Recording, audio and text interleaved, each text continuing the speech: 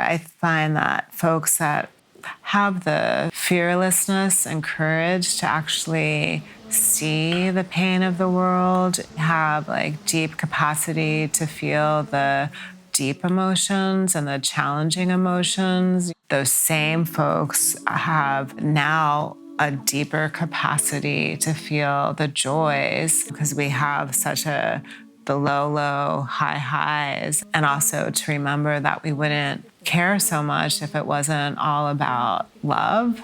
We wouldn't be doing all this work if we didn't love the earth and love humanity and have that commitment.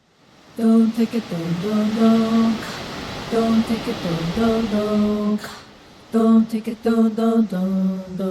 Don't take it, don't. Welcome, everyone. I am Kira Epstein. I'm the co-director of the new school at Commonweal, and we are thrilled to have Jeanine Canty back with us again. She is our visiting scholar. She's been here in residence at Commonweal for exactly a week. This is our second event with Jeanine during her residency. And then after that, Jeanine is going to lead us in a writing exercise. So make sure those of you at home have your pen and paper. Susan is going to introduce Jeanine a little bit more. I did a pretty lengthy bio of her last week, but Susan will introduce her again. I want to take some time to introduce you to Susan because you may not know her as a host. Susan Grelock Yusem is a host for us at the new school. She has a good handful of conversations that you can find on our library. She's the head of innovation and strategy at Commonweal. She's a depth-based community psychologist who has built teams and led communications for more than 20 years in the regenerative food space.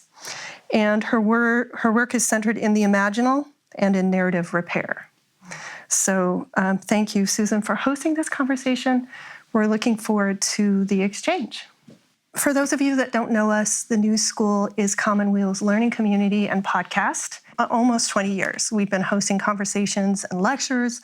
We have art shows. We have music concerts. They're all in the areas that Commonweal champions: finding meaning, building resilience, and advocating for justice and stewarding the natural world. So Jeanine Canty and host Susan Grelock Yusem, welcome back to the New School at Commonweal. Welcome, everybody. So great to be here.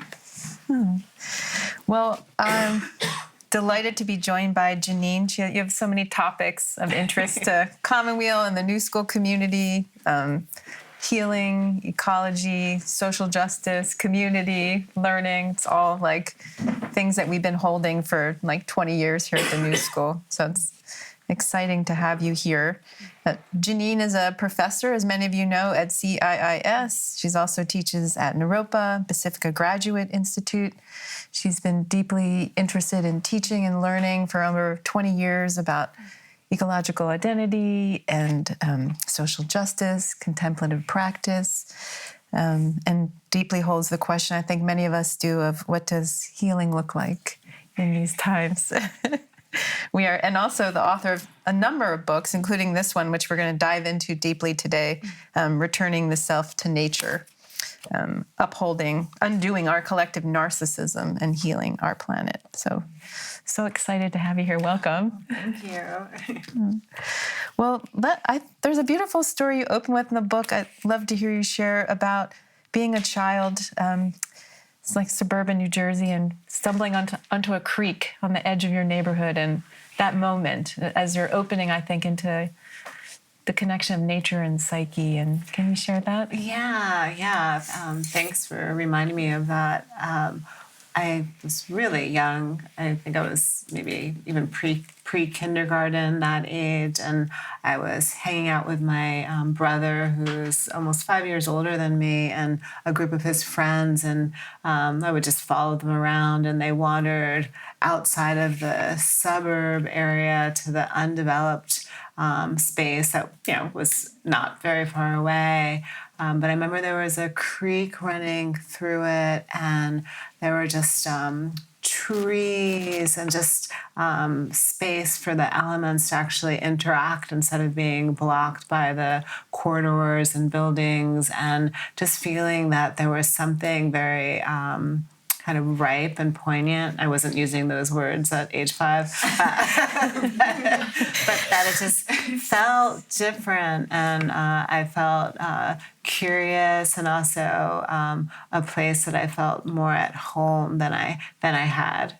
I know. I think the idea of like feeling at home is something a lot of us tap into. That first, like, home with a capital H. Yeah. Well, so we're going to talk about healing from an eco-psychological point of view, and I think many people in the New School audience understand eco-psychology, but just for the sake of grounding us, maybe you could say, like, what is a common misunderstanding about eco-psychology? Yeah. Often when I say I teach eco-psychology, or I'm an eco-psychologist, people think I'm a therapist or a counselor. And I'm like, oh, nope.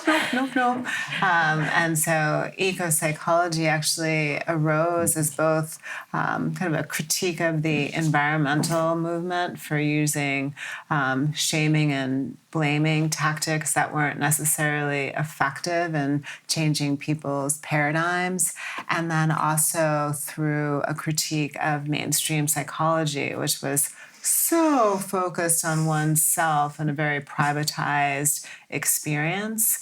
Yet eco-psychology has deep respect for both of those fields, and realized that the environmental movement needed psychology and still does, and that psychology most certainly needed to look up and look at the interlocking planetary crises, particularly the ecological crisis and social justice issues. And so eco-psychology really looks at the disconnection that, in particular, people of Western civilization, and I always extend it to anyone living under a global corporatized reality, the disconnection we've made with the rest of all sentient beings, and how that's resulted both in the massive ecological crisis, but also our collective human pathology. Yeah, returning the self with a capital S to home with a capital H, Yes, in a sense. Exactly. And I think, so and I think it's important to add that context, like within Western psychology and within capitalist culture, eco-psychology arose as a way to hold the beauty of psychology and ecology movements, but to offer a critique that might help create some kind of movement forward. Yeah. So I think that's a great background for what we're going to get into, particularly, like, I think it's important to note you're not a therapist, you're not a psychologist, but deeply engaged in the psychological level of understanding self and self-development and ecology and the moment we find ourselves in. And particularly with your book, you use the frame of narcissism as a way to really understand kind of where we're stuck a little bit in the ecological crisis, and where there's an opportunity for psychology to sort of be more oriented towards that in a way that is repairing and not maybe creating even more distance.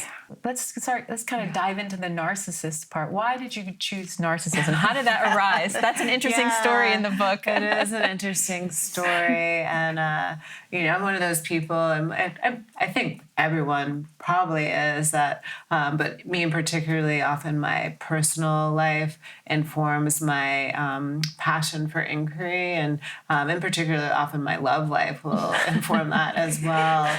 And so I had a relationship with someone who, and I'm again not, so I can't diagnose anyone, but might fall under the classification of extreme narcissism, or NPD, narcissistic personality disorder. And then after we broke up, and I had a whole disorienting dilemma, cognitive dissonance of everything that happened. And so, of course, I'm like, need to make some meaning out of this. And as I'm talking to different friends that are psychotherapists, and then reading both academic and very pop psychology literature to personal blogs, I was like, wow, there are a lot of stories about narcissists and how awful they are and all of these things. And a lot of therapists refuse to work with them. And it just reminded me that in a lot of indigenous wisdom, that if there's a pathology in a person, it's not about the person, it's about the community. And I felt a lot of sadness that this person and other people classified as narcissists are just kind of cut off and then recycled within the community without looking at what the larger message is for all of us. And then it also reminded me that some of the earliest eco-psychologists, including Theodore Roszak, wrote a little bit about narcissism. And so I started just building on that and doing a lot of research on it and really looking at how the patterns within individual extreme narcissism and NPD really mirror our Western culture, particularly US culture, and looking at the phenomenon of cultural narcissism and the ways we're treating Earth. So that's a very eco-psychological way to hold it, because instead of thinking, oh, there's all these narcissists, like they're messed up, but instead it's like, what is the Earth saying? What is that person? What are people saying when we see this in our own community? And what is the Earth saying that this way of orienting is materializing at this time? So how can we hold it in that way and learn from what we're hearing through the narcissism? Yeah. And we're so in our Western culture, US culture, we're encouraged to be narcissists because it's a way to keep us fixated on small self. And it's also incredibly profitable because when we're really insecure and self-consuming, we need every new product to, fix our, unruly hair and, all the things that we need to constantly consume. And we also just get so myopic that we have really little time to think about our effects on others, and especially other humans, but then especially rarely any time to think about Earth and the destruction that we're causing on all of ecological systems. And then with narcissism, it's just this, particularly if someone really has the full-blown classification of narcissistic personality disorder, they're kind of trapped into kind of what would be called like a cocoon or their own personal bubble where they have to control the narrative, where they're the most important person. Because even though someone with extreme narcissism was just full of ego and kind of outrageous about it, and they're most important person and they're so special. Underneath all of that is they're so insecure. They've got an incredibly fragile ego and just really broken, typically because they've had some sort of wounded experience in their early childhood that they didn't get all of the things that they needed to be a healthy individual, and that's translated. And so when I was looking at the patterns of this, I also remembered, it's always part of it, but deep ecology and ecofeminism and eco-psychology, we're always saying, the Earth is our mother, and thinking about, and in our disconnected paradigm, if Earth is our primary caregiver and we've disconnected from her, of course we're going to be so tapped into this myopic world where we have to control the narrative, and it's just hard to peek out. So just really paralleling that and realizing that we've also replaced Earth as our primary caregiver with really an allegiance to global corporatism as our paternal entity, and that this is the way the system works, which is really tragic. So in that way, like we probably all know in our world someone who's completely self-absorbed or an egomaniac or bordering on extreme narcissism, and a person that at some point when you get to know them, you develop an aversion because you realize how damaging they are or can be in your life. But when you take that frame and pull back and look at it as a cultural phenomenon, it's like deeply saddening to think of us, the arrested development that people are walking around with, and the not having developed more fully into their own self and their own soul calling. Yeah.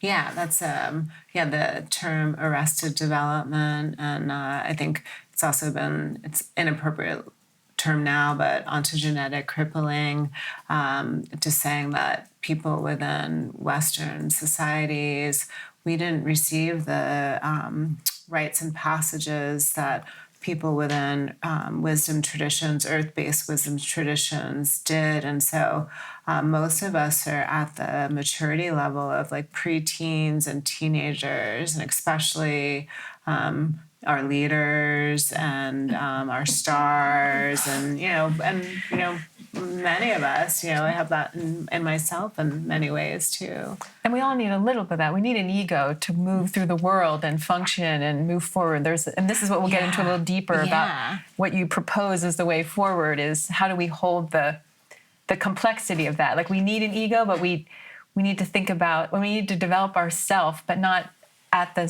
for the sake of everything else around us. So that's like the dance of how you find your way through. Yes.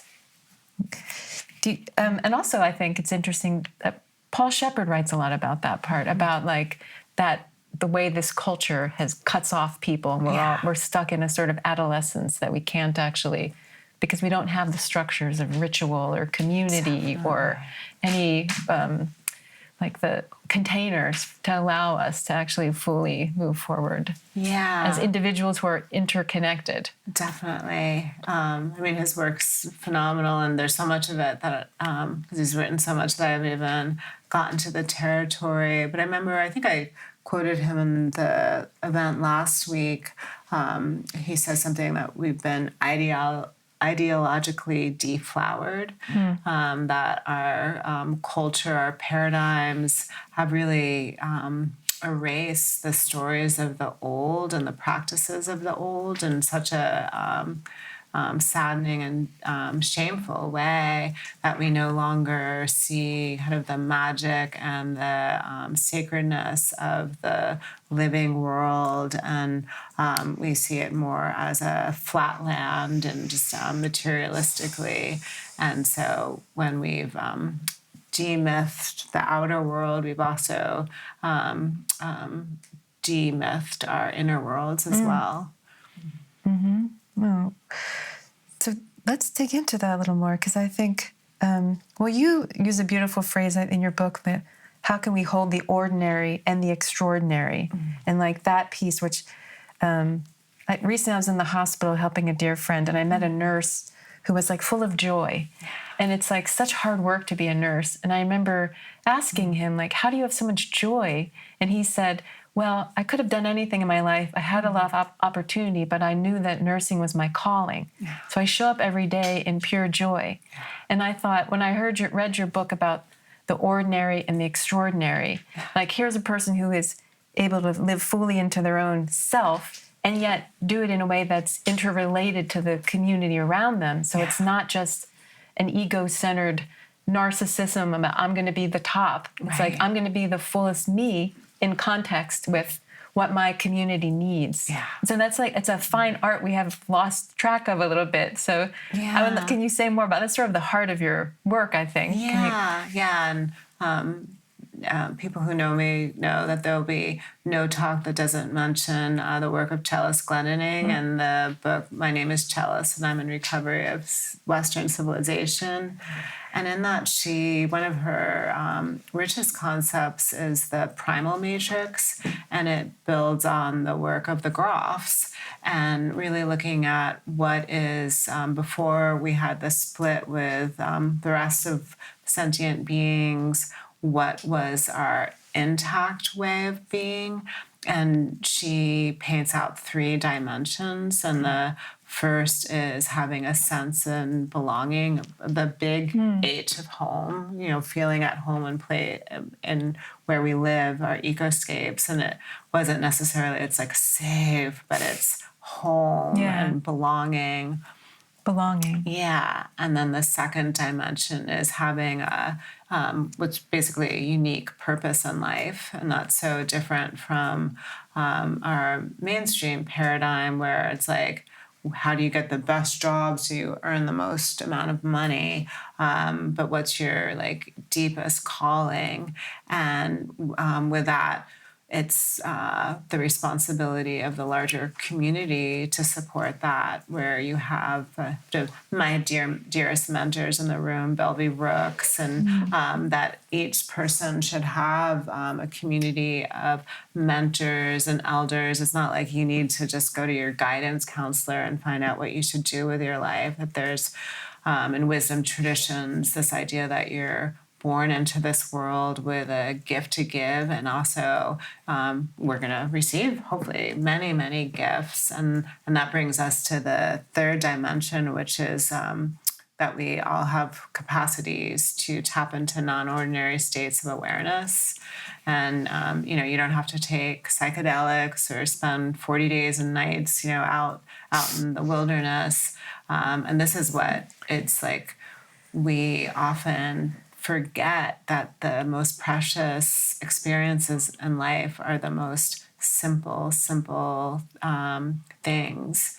Just being able to sit in a spot of sunlight, or take a walk with a friend, or engage in uproar of laughter with someone, to drink a spot of, I always say, a perfect cup of tea with a perfect amount of honey at the right temperature, or have, catch eyes with a bird, or I had a wonderful coyote moment yesterday.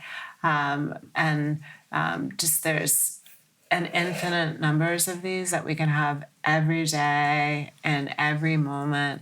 Yet we're so enculturated to think that we need to wait to the next vacation or promotion or big party, or that we just have to just hope some wonderful thing is going to come down. Or it's like, well, if we're right now seems a great time to celebrate, and it doesn't cost anything. Right? Well, what do you say? Because you hold the aspect of social justice alongside this. So what do you say to, as the forces in our culture that feel damaging or dangerous are ratcheting, and someone might hear you say that and say, how can you sit there and enjoy a cup of tea when the world is on fire? It seems like ever more important and yet ever more challenging to sit there and do that amidst that. So how do you hold that complexity in everyday life? Definitely. And I mean that there's so many pieces there. In particular, I find that folks that have the fearlessness and courage to actually see the pain of the world, and see the suffering of humans, and especially around justice issues and all of these things, we have deep capacity to feel the deep emotions and the challenging emotions, anger and sadness and despair and apathy, and to get in deep and have the dark nights of the souls and the outrage and all the weeping for days. But then those same folks have now a deeper capacity to feel the joys, because we have such the low, high highs, and also to remember that we wouldn't care so much if it wasn't all about love.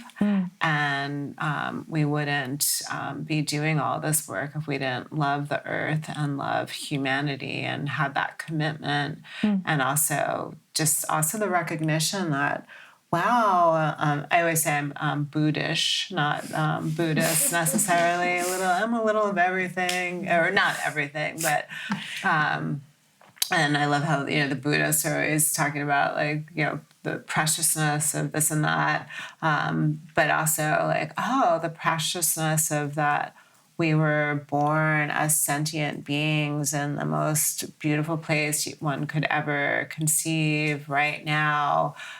So why wouldn't we also partake in all the beauty and the sensations and the community and all of it, as we also work on all of these issues?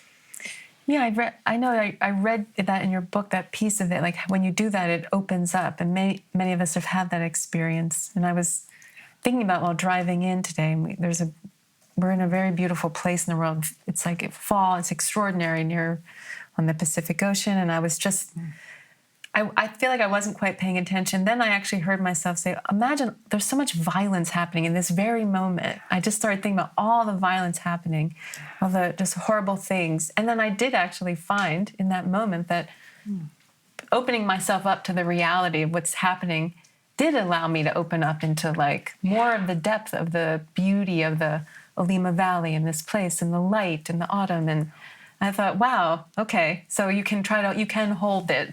And there is a reciprocity between both of those, that it's not intellectual and it's almost irrational, but it's real. Yeah, because if we go back to that image of like the cocoon or the bubble for someone with extreme narcissism or narcissistic personality disorder, or just our collective narcissism, when we're in so control of all of that, we also don't feel our emotional reality, and we don't look out at the larger suffering of the world and see how interconnected that is. But then we also are blocking our ability to feel the beauty, to experience the healing, to connect, all of that. So we've become so small and so little that it feels like there's no way out. So we have to create such a fictitious narrative.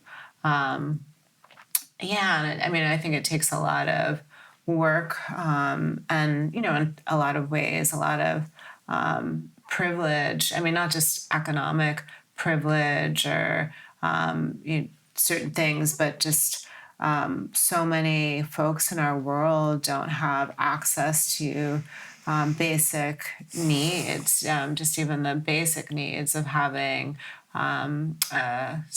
relatively safe place to live and sleep, and having clean, healthy food, clean water, to have enough resources just for so it's but even so, a lot of people that experience extreme amounts of injustice and suffering also have incredibly high abilities to experience joy and beauty and wisdom and do the work as well. But yeah, there's just so much there. Yeah, you write a lot in your book about the different kinds of selves, and I'd love to just spend some time on that piece. One that will be familiar to the New School listeners, because we have a deep history of archetypal psychology, and exploring Hillman's work is the daimon or the daemon, which is also maybe has a shadow of the demon. So I'd love to just talk a little bit about that aspect of, and just articulate a little more what that is, like what we're born with, and that part of ourselves that can help us orient ourselves to our capital self, or the capital self, and our soul calling. Definitely. And I don't know if I'm classical in my adherence to like the Jungian version, and when we're talking about self and the daemon, just really recognizing that we have a partnership with something that's much bigger than our small self that will, when we tap into, will actually bring so much guidance and wisdom. And we were talking about the Golden Compass series, and I know in many periods of my life I've had like a big wolfy dog that feels like my daemon, that's always like a constant companion. And for many people it's a maybe an unseen guide, and we talk about, you know, like angel beings or the synchronistic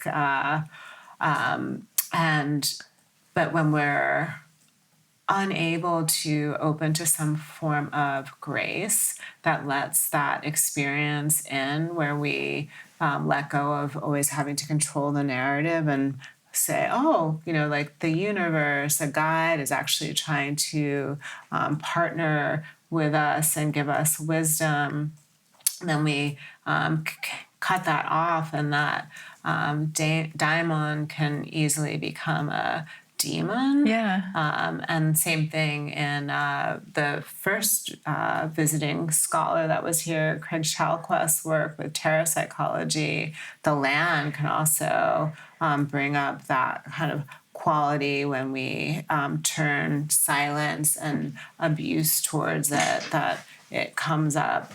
But I think so much about when we, well, one of, I would say a teacher and just someone I really appreciate, Lama Tsultrim Aloni.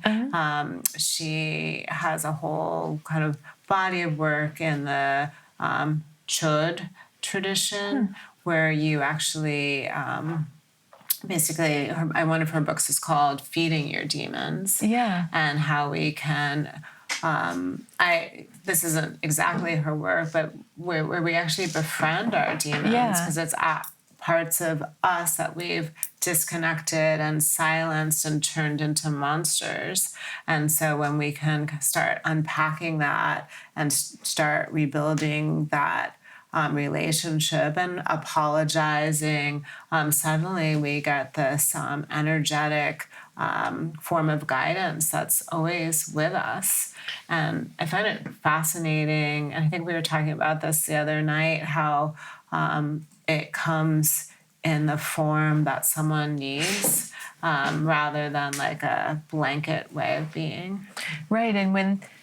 And the other part is, if you don't give them airtime or attention, they can become quite mischievous. And you're like, Hillman talks about this. They become like that kind of mischief maker. And you're like, why do I keep getting fired? Or why do I keep getting divorced? Or what is going on here? Yeah. It's like you need to, there's something that's calling to be befriended. Yeah, definitely. Or like, why is everyone possessed? Right? What's wrong with these people? These archetypes, right? Yeah. I guess you could say the same about narcissism in our culture. It's like, what's going on here? Yes, exactly. So then you also talk about the spiritual, or the Buddhist and sense of self, and the interdependent self as another way, kind of through this cultural calling, what is needed. So that idea, and you talk right a lot about Pema Chodron, and can you say a little bit about how that work has been really important to you?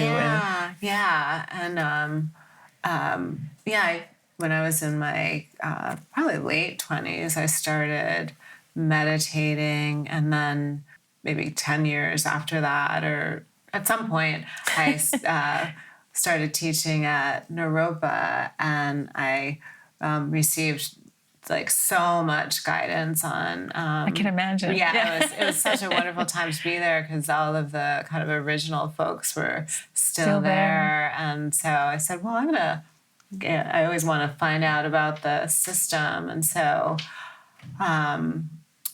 contemplative practice in general has been so fundamental to my well-being, and I see how much it is for the collective when we can learn tools. And this isn't just for Buddhism, but so many different cross-cultural wisdom traditions, when we can start silencing the critical narrative, not silencing, but actually being able to see the constant tapes of our kind of critical narrative.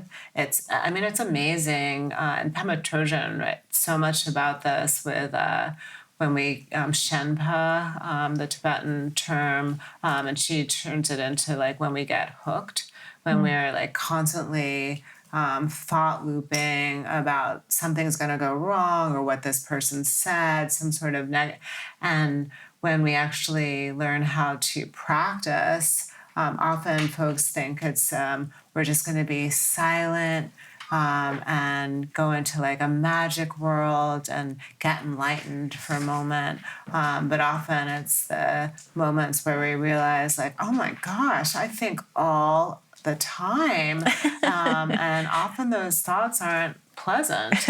And they're harming, and I'm harming others with the way I think.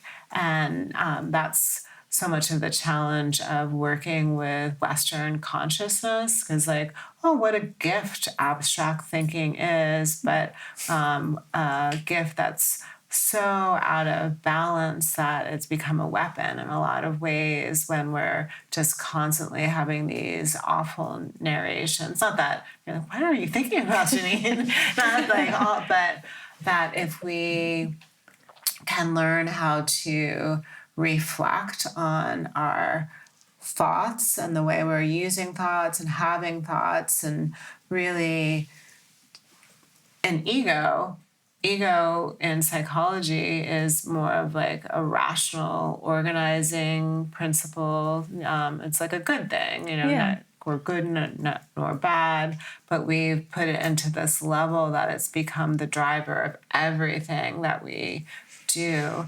And realizing that we don't need to think through everything, that it has its place, but there's also so many ways of being. And when we can work with the mind and quell the thinking process, we start to open up to more of the transpersonal realities of our larger self.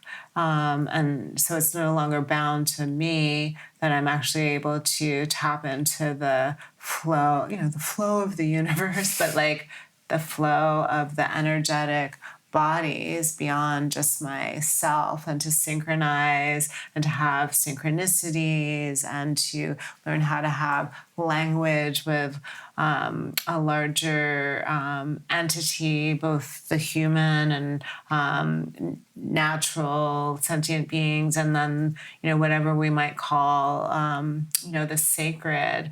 There's so many different names, and you don't have to. Yeah, it works across so many different traditions. Then we start. Then we start becoming mature. Yeah, right. Our development continues. Yeah. But that's the dance. Like, you can't live without skin. You can't live without ego. You need to contain a container, but the art is how porous it is, and that interrelatedness. Yeah. And so a lot of what you're talking about is like ways to become more conscious of the self, but it becomes directed and conscious, but not outsized to the point of the warning sign of the narcissism, which is what 10% of our culture or something, whatever the statistics are. Yeah. And my first ecopsychology teacher, Dr. Laura Sewell, she would just really talk about in developing our ecological selves, realizing like, we need me, but we also need to be, centered in me, but then let our boundaries exactly be porous and go outward without remembering that and I think that's even Theodore Roszak, who's known as the father of ecopsychology. In one of his books, when I was doing this project, I was going back through some of his work, and he put out there that, perhaps narcissism actually has a gift in it. And I ended up writing a piece about that for someone else's book. I think I called it inhabiting brilliance. It's about wrestling the gifts of narcissism. But he was talking about primary narcissism and that sense of where we have no self, that we're so connected to our primary caregiver, or we could say the earth, that we don't even know we're separate, but we're like in our glory, like this is great. And that there's a whole movement going on in our kind of evolution, which evolution is such a loaded term. It's like with our what isness, that we're learning how to kind of go back to some of our origins of being in the primary moment. And so much of the kind of like self-care movements and community care movements and human potential movements is really giving that invitation. Yet they've turned into what I think Marcuse and others call the new narcissist. Right. The self-absorption of the self-development movement can actually be just more of the same in a new form. Exactly. So we have to then get back to like justice and serving and looking out and and doing the practices without being so attached to like how special we are. Yet we are all so very special, but we all are so very special. Ordinary, extraordinary. Exactly. So like that, like how does one navigate that in everyday life? Like, can you give an example from your own life how you navigate like the desire to develop yourself and care for yourself, but hold that in a way that doesn't become self-absorbed? And I think you give an example in the book of like, or talk about like friendship in our culture or relationships have become very transactional. It's like, is this person worth my time for a friendship? Can I get something from them? Right. But then, of course, there has to be, for a healthy relating, some kind of reciprocity. But does the reciprocity need to be tit for tat, or can it be in a more community-oriented context? Like, this person I need to help, they need more help than they can give, but there has to be a worldview change that works itself out overall within this community container. Can you say more about that? 'Cause that's probably where the rubber hits the road, I think, for us in this culture. Yeah, because we think that it has to be a direct exchange. Yeah, if we participate in like the larger way that systems work, if we're being of service, it's not like a two-way, one-way channel, but if we're serving and showing up, suddenly we receive all of these like precious gifts from places we would never expect. And it doesn't mean like you just do service so you can get those precious gifts at some point, because often the service is the gift. And I'm not like the person in the hospital that had the calling to, because like I always laugh because I live in Boulder, Colorado, which I call like the self-care capital of like the world. Got a good history. I'm like, do people work here? Or everyone's just always outside and at yoga and meditating and I there's probably a lot of that here in West Marin as well. It's not as bad. Right, not as bad, and then everyone, But I personally, and I'm incredibly, I think, efficient and get a lot of work done. And like my philosophy includes that every day I should have a vacation in it.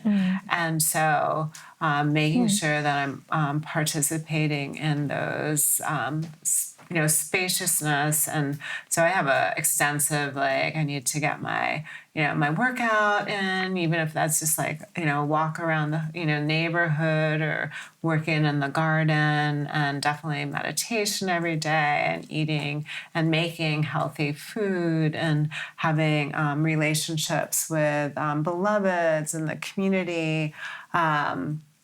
And also, showing up and doing some work that's hopefully on behalf of the larger world, or at least my community.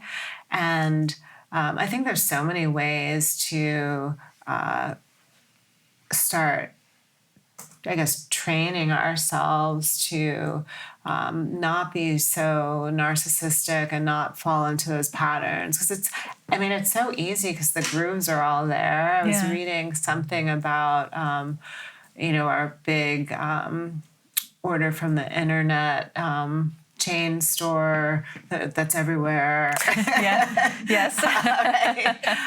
That like psychologically, and we know that psychology actually really developed a lot in the advertising industry.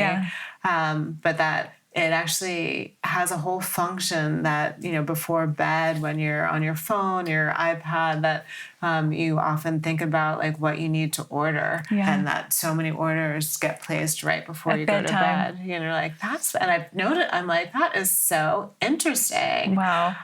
Take that in. Right. Rather than preparing for dream time. Right. Yeah. Put in your order. Yeah. And so starting to disrupt all of these different grooves that we're in through that, being able to see it and then to unpack, like, what's that about, and reflect on it. And one of the areas I work in is transformative learning, transformative studies, and transformative learning theory really harps on critical self-reflections, CSRs, and so we're always unpacking our experiences with some prompting, so then we can really kind of tease it out and start breaking those patterns and forming new ones.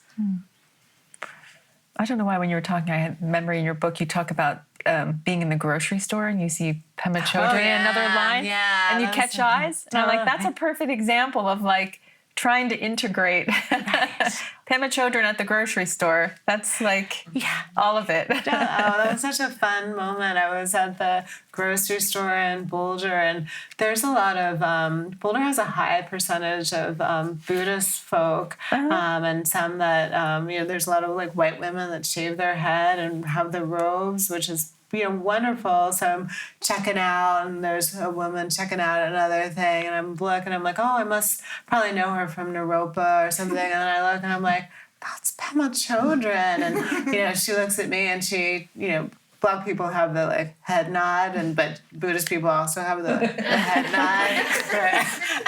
So it's like, Pema Chodron kind of just head nodded and looked in my eyes. And I was like, that is so amazing. But you also, those experiences too, when we're really present and open and available. I noticed that not just with like other, spiritual beings, but other spiritual beings. Like I've been having that so much with animals, where all of a sudden, just walking somewhere and like, the coyote doesn't do the head bob, but it's like, oh, you're a conscious human. Like you're not one of the, like you're paying attention. We can maybe have a conversation. And I noticed that's one of my edges now, is that often my response is like, whoa, the coyote notices me. And then I start a whole story, and then I leave, we part, and like, what, and then I was like, oh, I forgot to listen to what the coyote might have wanted to tell me. I'm like, oh. That's the ecological self. And like, and even just that the sentence started with the coyote, not I, which is a very, Western worldview. But can you say more about what it means to have an ecological self? Because that's like, I feel like in our culture, this Western culture, we're at the very beginning of even understanding it. Like it's still understanding, but we're so at the beginning of where we are trying to get to, I think, in terms of opening into an ecological self. Definitely. Like to your point about the coyote, like we're at the point of like understanding that there was a reciprocity, but not going into like even what is the coyote saying? Right. Yeah. And oh gosh, there's so much there. I'll even give a little pre eco self. I was recently did a presentation and a whole research project that consumed me, and I learned so much about the great mother archetype and how she's also known as the Earth Mother, and often you'll see like a goddess with two lions, but then sometimes the lion will be smaller and like in her lap. But even prior to that, she was the lion. And so as we pull apart kind of our consciousness and it gets more distant, but it's showing our wildness. And so the ecological self is kind of bringing that imagery and experience back, where we realize, so maybe I have a contact with a coyote, and at first I'm like, this is so novel and amazing. But then if I drop in more, maybe I see the same coyote multiple times and we're roaming in the same places, I might realize that like, hey, we're kind of like becoming friends or like kin. And maybe there's even a little like love brewing, and realizing that my wellness is bound up with the coyote's wellness. And then as I sit with that more, I realize that my identity is getting bigger. And so I still have me, but I am getting bigger. And, the ecological self was first coined by the deep ecology philosopher, the Norwegian Arne Næss, and then Joanna Macy built on that, and she calls it the greening of the self. And Arne Næss really talked about it as a process of self-realizing. And so he said it's, you're ecological, but then you're, as well as your social, and then, then we bring it out into the bigger S of the self. And we have so many practice opportunities with the ecological self. You don't have to go to the wildest place. You can even just I notice so much like my relationship with water when I'm like doing dishes or the water will it's probably my psyche, but maybe it's the water say like just put the pressure a little lower, you don't need it this high, turn me off, catch me, and to be like more mindful of that. And just so many different ways that if we really recognize sentience, and that sentience is everywhere, that we can actually start hearing sentience and getting guided.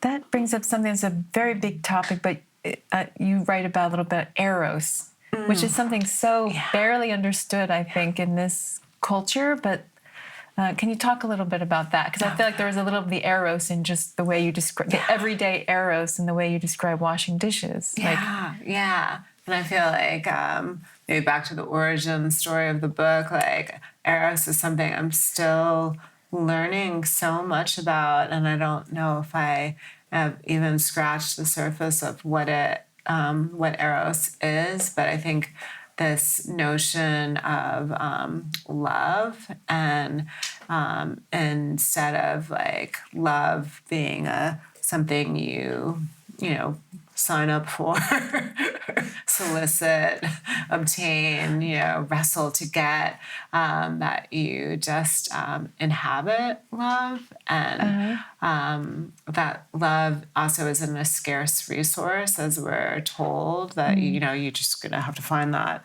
one special person. That love comes in just so many forms. One of my dear colleagues, Melissa Nelson, she writes about indigenous. She uses the term of getting outside, getting dirty, but she also, in her writing, writes about myths where the maiden falls in love with a bear or like maybe a coyote or, that love is like That seems to have resonated in the room. Right? Yeah. That love is everywhere. Yeah. And we don't have to go find it. We just have to open and be it and voila. Right. It's not just the erotic or the sexual. It is something that it imbues life itself. Like I love that idea of the vision of Cupid's arrow and the arrow piercing the heart, like that kind of like boom. Yeah. It's like opening into the beauty of what's around us, like life itself. But my students at CIIS this week, we've been tapping into the concept in systems theory of the strange attractor, and also AKA allurement. Brian Swim, the cosmologist, writes a lot about this, but so many people write and practice this. The sensuous. And in Tibetan Buddhism, it's also the concept of drala, that when we actually are magnetizing, we're magnetized. And so like similar to like a flower, a flower doesn't, put a want ad out there. A flower just like opens and is pretty and probably smells good. And everyone's like, oh, what you got going on? And so if we create the beauty within ourselves and our spaces and tend to the land and tend to all of these things, we're just natural attractants. Yeah, I've noticed that even just with your presence here at Commonweal in the land, like the synchronicities that have occurred with people who have come in the room who have been here before or see, it's been almost like a field, I think, that you've been holding a little bit, like getting us into that. It's just been quite, it's something. It's been, I feel, I don't know what it is about this region too. I feel, and many people that I know in this room know this about me, that whenever I come in this particular zone, like the synchronicities go off the hook for me. But I often find that in so many places, and it's not because of me. Yeah. Like I feel like I have a bit of like empty vessel energy. That's I was like, oh, we'll put her to work. she seems ready to receive, open, and has some spaciousness going on like this. We were talking the other night about Owen Barfield and like the middle way and like the old ways of how like the muses would maybe work through you. Was now that we call like work smarter, not harder. Well, you mentioned Owen Barfield. Turns out we have an Owen Barfield scholar in our midst who got to meet you for dinner. So just another knitting. Mm-hmm. I don't want to end the conversation without mentioning your mentor, Carl Anthony, and the multicultural self. Yes. This other layer of like the healing of our relationship with self in this culture. So can you say a little bit about him, because his work is so beautiful and it's important to you? Definitely. And it's interesting because one of my dear friends, Kelly, is in the room. And when I first traveled to the Bay Area to meet Carl Anthony, we road tripped from Arizona together. And the first time I spent with Carl Anthony, he introduced me to Belby Rooks, who's here. Mm-hmm. And Carl, he's he's famous for so many things, but he's often read in the classic Ecopsychology book of saying, why is it that and he's talking about white people, they can think like mountains and not like people of color. And then in the same piece, he really breaks down the multicultural self and how in such a homogenized society that we go through so much schooling, like every year in social studies, of learning the stories of like the founding fathers again and again. Like, aren't we ever going to learn about the world? Like, there's other countries, but we don't even learn about. He grew up in Philadelphia, and he's like, I never learned about like the Polish people, and the Italian people, and the Black people, and so it's not like. revolutionary dissidence work. It's like, oh, when you know about your neighbors, you get along with your neighbors and you can do big work on behalf of the world with your neighbors. And it's like, duh, why don't we all do that? Why would we not want to, again, come from a place of love and belonging and care, especially when our existence is so hard and there's so much suffering. No.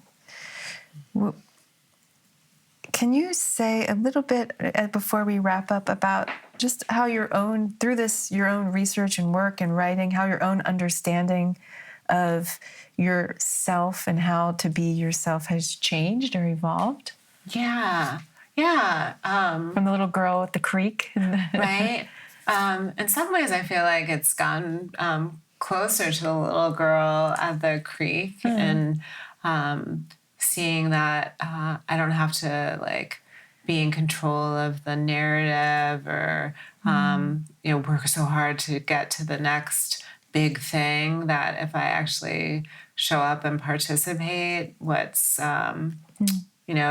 the river of life will bring me to what my purpose is in the world. And so to kind of I forget who I was talking to the other day, the difference between it never clicked for me before, but disease, when you just take out the dis, it's like, oh, just ease.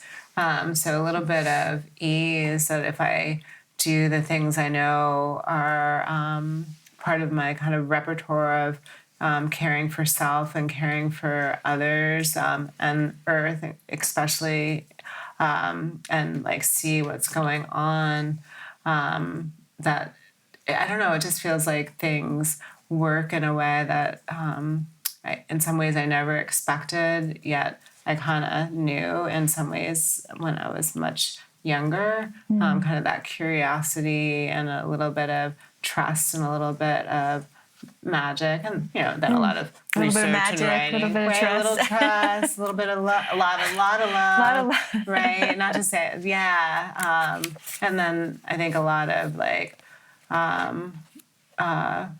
we all need a lot of ferocity too, some fire about what's happening in the world right now, and to see that it's maybe the eagle eye vision. It's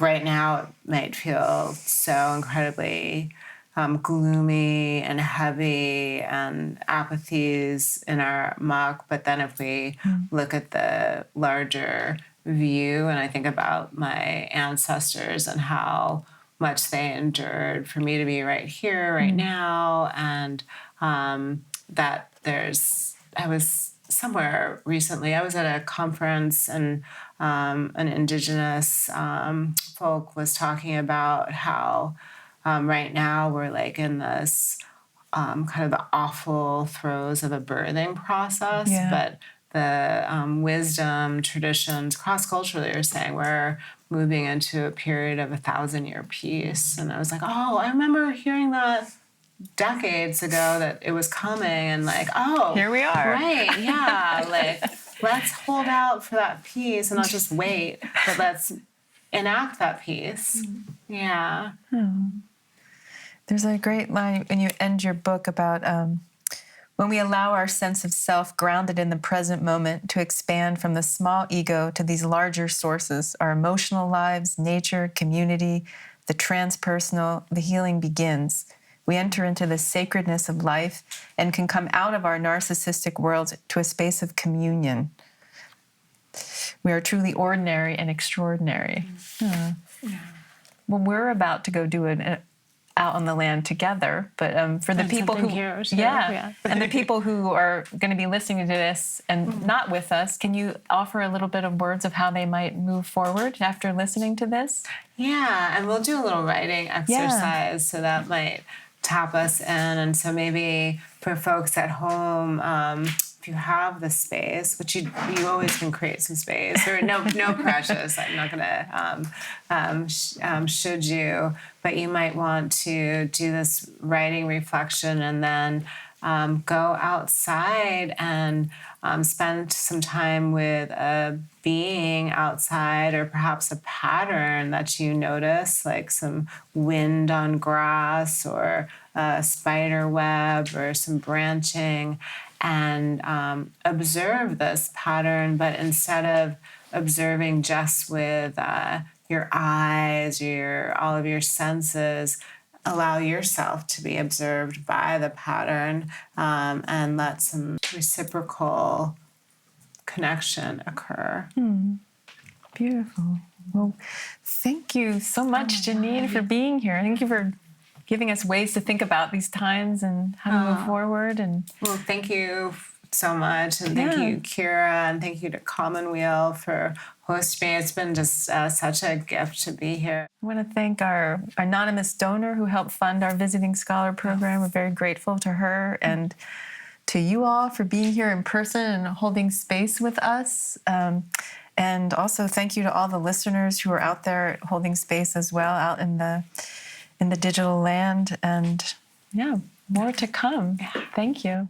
For this piece, we're going to, if you don't have a piece of paper and a pen, now is a great time to get one. And folks online, I would suggest having a real piece of paper, but you can use your computer, and you can also use your abstract thinking mind as well. But hand-eye coordination is good for this one.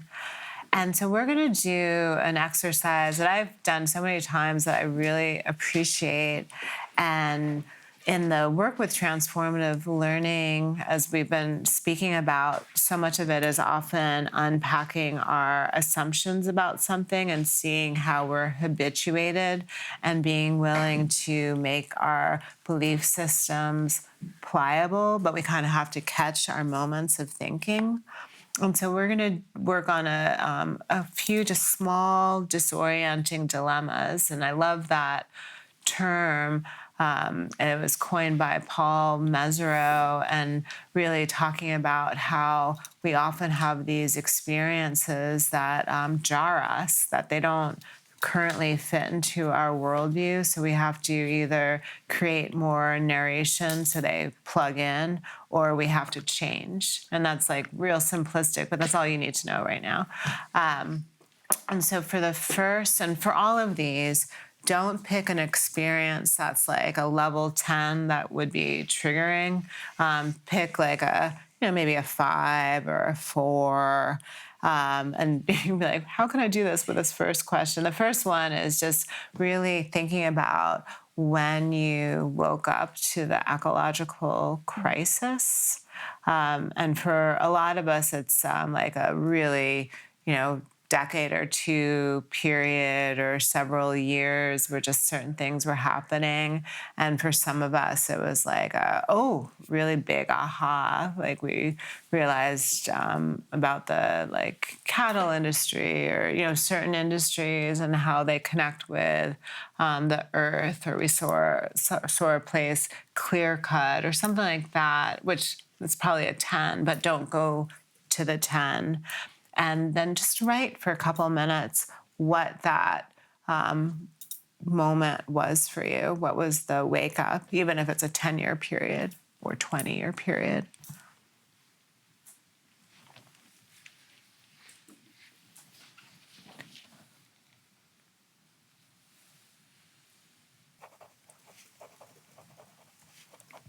I'll just give you a few more moments, not minutes, to finish that piece. People online, people in the room are furiously writing. I feel like I'm giving an exam. Yeah, and so, I always make the joke that for some of us, you've started another memoir, but I want you, and you can keep writing about this and then, later, but right now I want you to go back before this event and just reflect on 3 things And just take a couple minutes to reflect on all three. The first is, what was your story about yourself before this happened? In particular, what was your kind of unique calling in how you saw your role? And then the second is, how did you view the larger human community, before this happened? And then the third piece is, how did you view the natural world before this happened? So self, human community, earth community.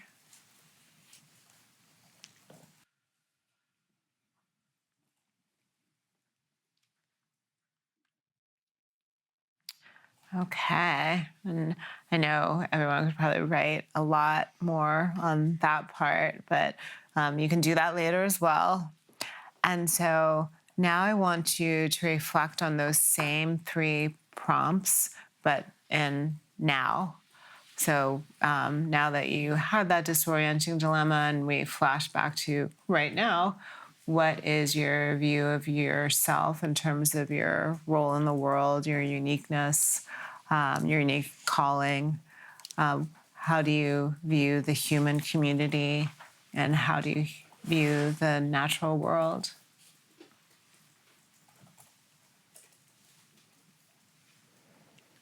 Okay. I know I'm moving us quickly along, but I want to actually keep with this process, and we'll do kind of a quicker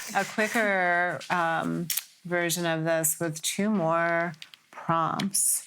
And the first one, and remember, do not choose a level 10, like 5 or 4. Think about a time where you witnessed either you yourself were othered in your like human domain, or you saw someone else being othered, and think about just write a few minutes about what the event was. So, just maybe someone bullied in a classroom because of their race, or there's just so many forms of this.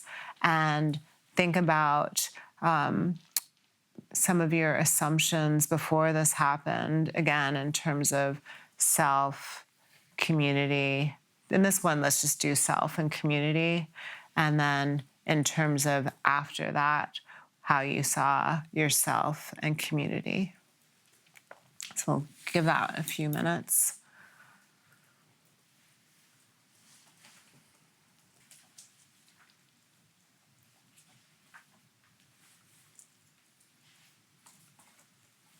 I'm going to move us into the final kind of example experience. And for this one, you can go higher than 5. And I want you to think about a time that you were with nature, whatever that means for you. You didn't have to be in the most wildest place, but that you had quite a memorable, extraordinary experience. And to write for a few minutes about that. And then, of course, to reflect on before that happened, like what you thought about the natural world and also your role within it. And then reflect again on like, how did that change and how do you see that now? And so we'll take just a handful of moments to reflect on that.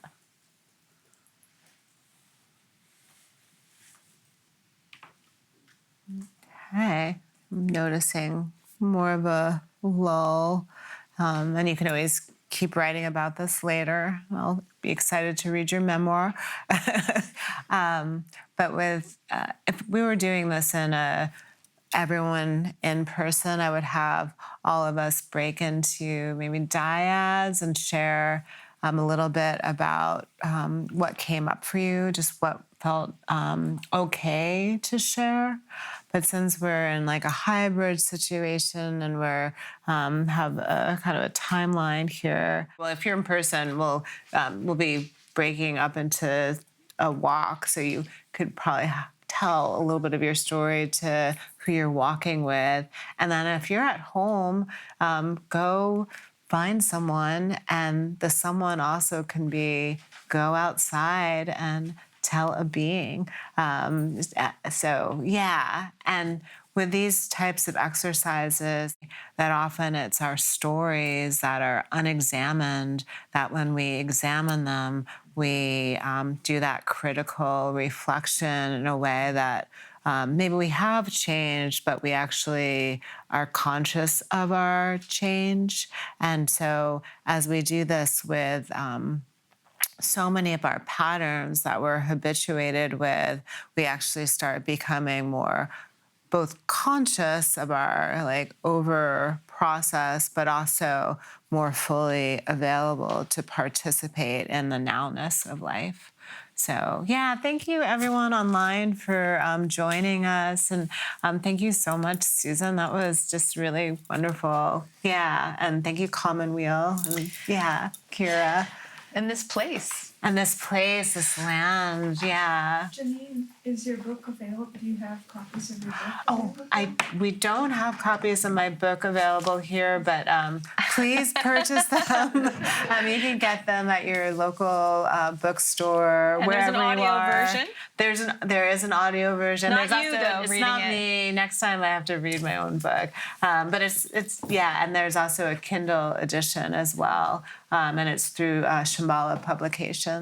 Yeah, so thank you so much, everyone. This is just such an honor. Yeah, thank you. Don't take it, don't. Don't take it, don't. Don't take it, don't. Don't take it, don't. Don't take it, don't. Don't take it, don't. Don't take it, don't. Don't take it, don't. The river is a healer. The river is a sage. The river knows no end, and the river feels no way.